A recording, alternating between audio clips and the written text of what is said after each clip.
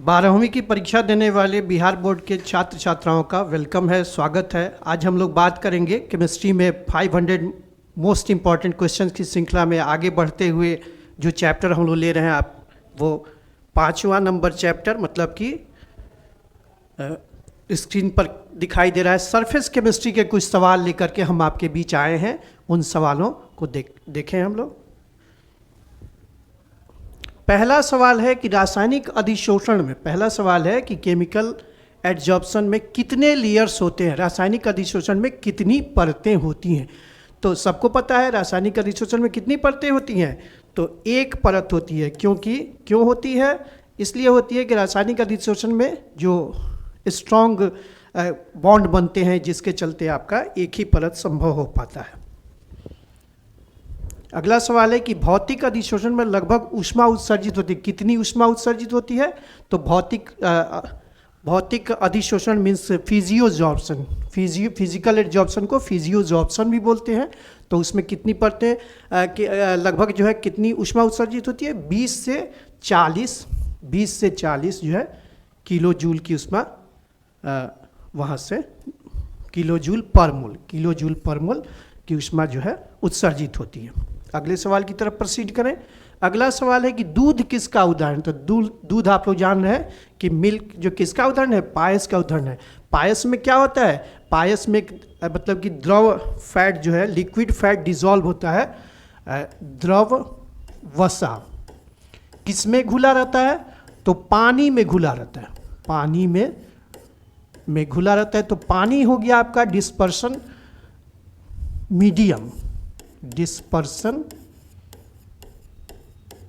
Medium और द्रव क्या है? Dispersed phase. तो परिक्षेपण प्रावस्था इसको बोलते हैं हिंदी में, इसको परिक्षेपण माध्यम बोलते हैं। तो पानी क्या हो गया? परिक्षेपण माध्यम हो गया। और द्रव वसा क्या हो गया? तो परिक्षेपण प्रावस्था इसको बोलेंगे हिंदी में। अगले सवाल की तरफ हम लोग आए। अगला सवाल है कि कौन लायोफिलिक कोलॉइड है? लायोफिलिक का मतलब ही है द्रव स्नेही, इसको बोलते हैं। तो लायोफिलिक आपका है गोंद, दूसरा एग्जाम्पल हो सकता है स्टार्च, गोंद है, स्टार्च है, ये सब आपका लायोफिलिक जो है कोलॉइड का बेहतरीन एग्जाम्पल है। अगले सवाल की तरफ आए लो। अगला सवाल, टिंडल इफेक्ट पाया जाता है। टिंडल इफेक्ट किस में पाया जाता है? तो टिंडल इफेक्ट पाया जाता है सॉल में। ये सब एग्जाम्पल्स हैं आपके कोलॉइडली विलेनो के एग्जाम्पल हैं, सॉल है, एरोसोल है, ये सब इसके एग्जाम्पल्स। तो सॉल में क्या होता है कि टिंडल इफेक्ट पाया जाता है। टिंडल इफेक्ट में क्या होता है कि प्रकाश की किरणें जब पड़ती हैं तो इसके पार्टिकल्स मतलब कि सॉल के जो पार्टिकल्स हैं वो उनको प्रकिरणित कर देता है या स्कैटर्ड कर देता है। स्कैटरिंग का एक बेहतरीन एग्जाम्पल आप जो जानते हैं कि आकाश का नीला रंग जो है वो स्कैटरिंग के चलते ही होता है या प्रकीर्णन के चलते ही होता है। अगला सवाल है कि एंजाइम क्या होता है? सबको पता है एंजाइम क्या होता है? प्रोटीन होते हैं, ठीक है। ये कहाँ से एंजाइम मिलते हैं? तो जीवित पौधों और जंतुओं से प्राप्त किया जाता है एंजाइम्स को। अगले सवाल की तरफ बढ़े लो। अगला सवाल है आपका कि हेबर विधि द्वारा अमोनिया के निर्माण में उत्प्रेरक। हेबर विधि में दो चीज़, एक तो उत्प्रेरक का यूज होता है, तो आयरन जो होता है महीन चूर्ण आयरन का बना जाता है। आयरन उत्प्रेरक है या कैटलिस्ट का काम करता है। और मोलिब्डेनम जो है किसका काम करता है? तो मोलिब्डेनम इसमें काम करता है किसका? वर्धक का काम करता है या प्रोमोटर। अंग्रेजी में इसको क्या बोलेंगे? वर्धक या प्रोमोटर। प्रोमोटर हो गया। और उत्प्रेरक क्या हो गया? कैटलिस्ट। तो महीन चूर्ण इसका बना रहता है कैटलिस्ट,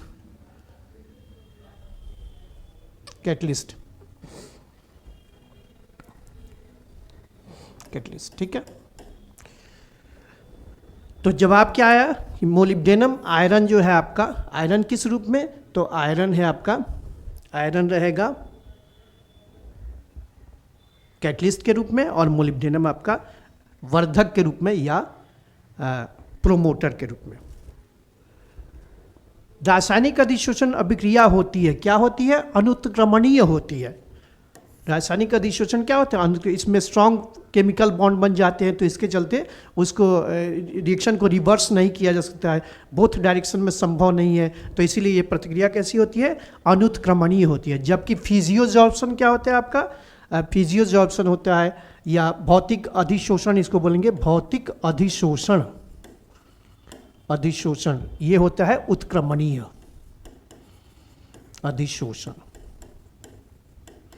और इससे आप लोग बहुलीकरण प्रतिक्रिया से तो आप परिचित ही हैं कि एक सिंगल मोलिक्यूल या एक से ज़्यादा मोलिक्यूल्स क्या होते हैं, बहुत सारे मोलिक्यूल्स इसके मिल जाएं, तो जैसे इथिलीन का बहुत सारा मोलिक्यूल मिल करके पॉलीथीन बनाता है। आगे आएगी तो चर्चा हम लोग इस पर करेंगे। अगला सवाल है 298 केल्विन पर 1 ग्राम चारकोल द्वारा किस गैस का अधिशोषण सबसे अधिक होगा? तो अमोनिया का अधिशोषण जो है सबसे अधिक होगा, अमोनिया का अधिशोषण जो है सबसे अधिक होता है।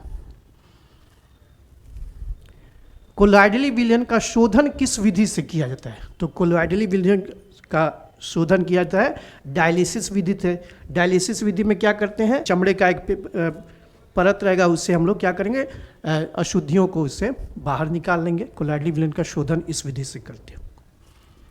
अगला सवाल है आपका कि उत्प्रेरक वह पदार्थ है, उत्प्रेरक क्या करता है, साम्यावस्था पर, साम्यावस्था को तेजी से लाने में मदद करता है। ठीक है, माने साम्यावस्था जो है टाइम कम ही समय में साम्यावस्था पर अनुत्क्रमणीय और उत्क्रमणीय अभिक्रिया को पहुंचाने में मदद करता है। तो साम्यावस्था तक पहुंचने का समय जो है क्या करता है, घटा देता है।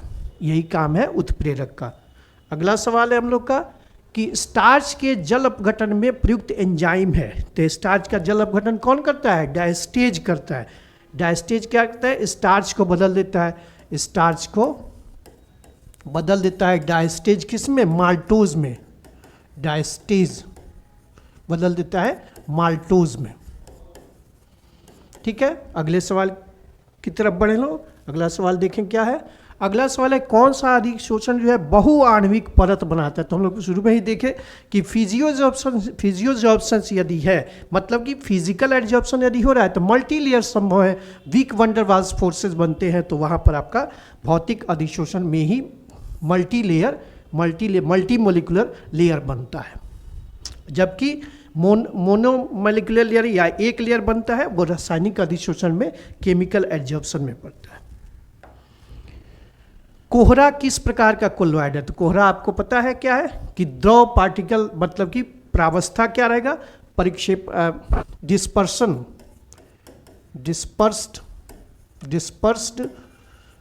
डिस्पर्स्ड फेज रहेगा, माने प्रावस्था, डिस्पर्स प्रावस्था क्या रहेगी, तो इसमें द्रव रहेगी। और द्रव किस में घुला रहेगा, तो गैस में। आपका द्रव किस में, डिस्पर्सन मीडियम क्या है, डिस्पर्सन मीडियम है आपका। डिस्पर्सन मीडियम क्या है, तो डिस्पर्सन मीडियम आपका क्या है, द्रव का गैस में विलयन। इसी को हम लोग क्या कहते हैं, फॉग, इसको एरोसोल भी कहेंगे। क्या नाम है इसका, द्रव गैस में, द्रव डिजॉल्व रहेगा गैस में। ठीक है, और इसको पर्टिकुलरली किस टाइप में आता है, तो एरोसॉल के टाइप में, कोलॉइडल के टाइप्स होते हैं, उसमें एरोसोल्स में द्रव का गैस में जो विलयन होता है उसी को बोला जाता है एरोसोल। और यहाँ ये एग्जाम्पल फॉग जो है उसका उदाहरण हुआ। कौन जो है पायसी कारक, इमल्सिफायर का काम है कि पायस को क्या करेगा, इमल्सन को क्या करता है, प्रबल बनाता है, मजबूत बनाता है। तो इससे सोप एंड डिटर्जेंट क्या करते हैं, इमल्सिफायर का काम करते हैं। इमल्सिफायर का काम क्या है, इमल्सिफायर काम करता है इमल्सन को मजबूत बनाता है, इमल्सन को क्या करता है, मजबूत बनाता है, मजबूती प्रदान करता है।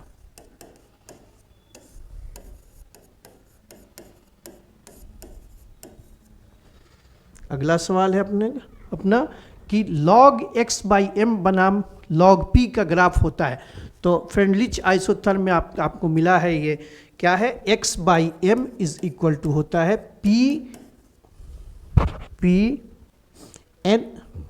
x/m is equal to k p पर पावर 1/n। ये फ्रेंडलिच आइसोथर्म है, फ्रेंडलिच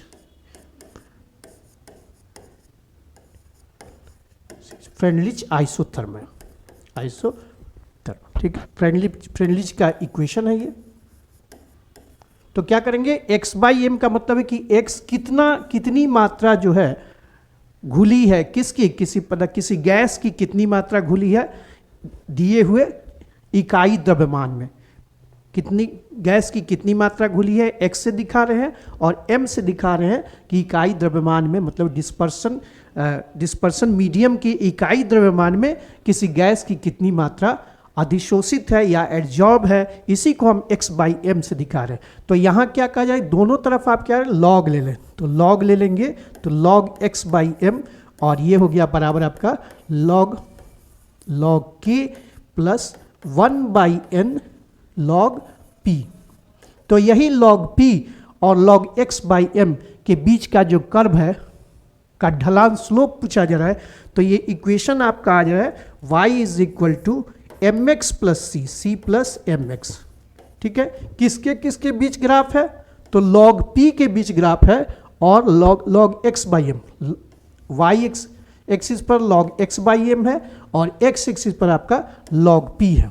तो इसका जो ग्राफ आता है ये इस टाइप का आएगा, और ये क्या हो जाएगा, यहाँ पर y is equal to m x, इससे कंपेयर करें तो m जो क्या है स्लोप को बता रहा है, तो स्लोप आपका किसके बराबर है, 1 बाई n के बराबर, 1 बाई n।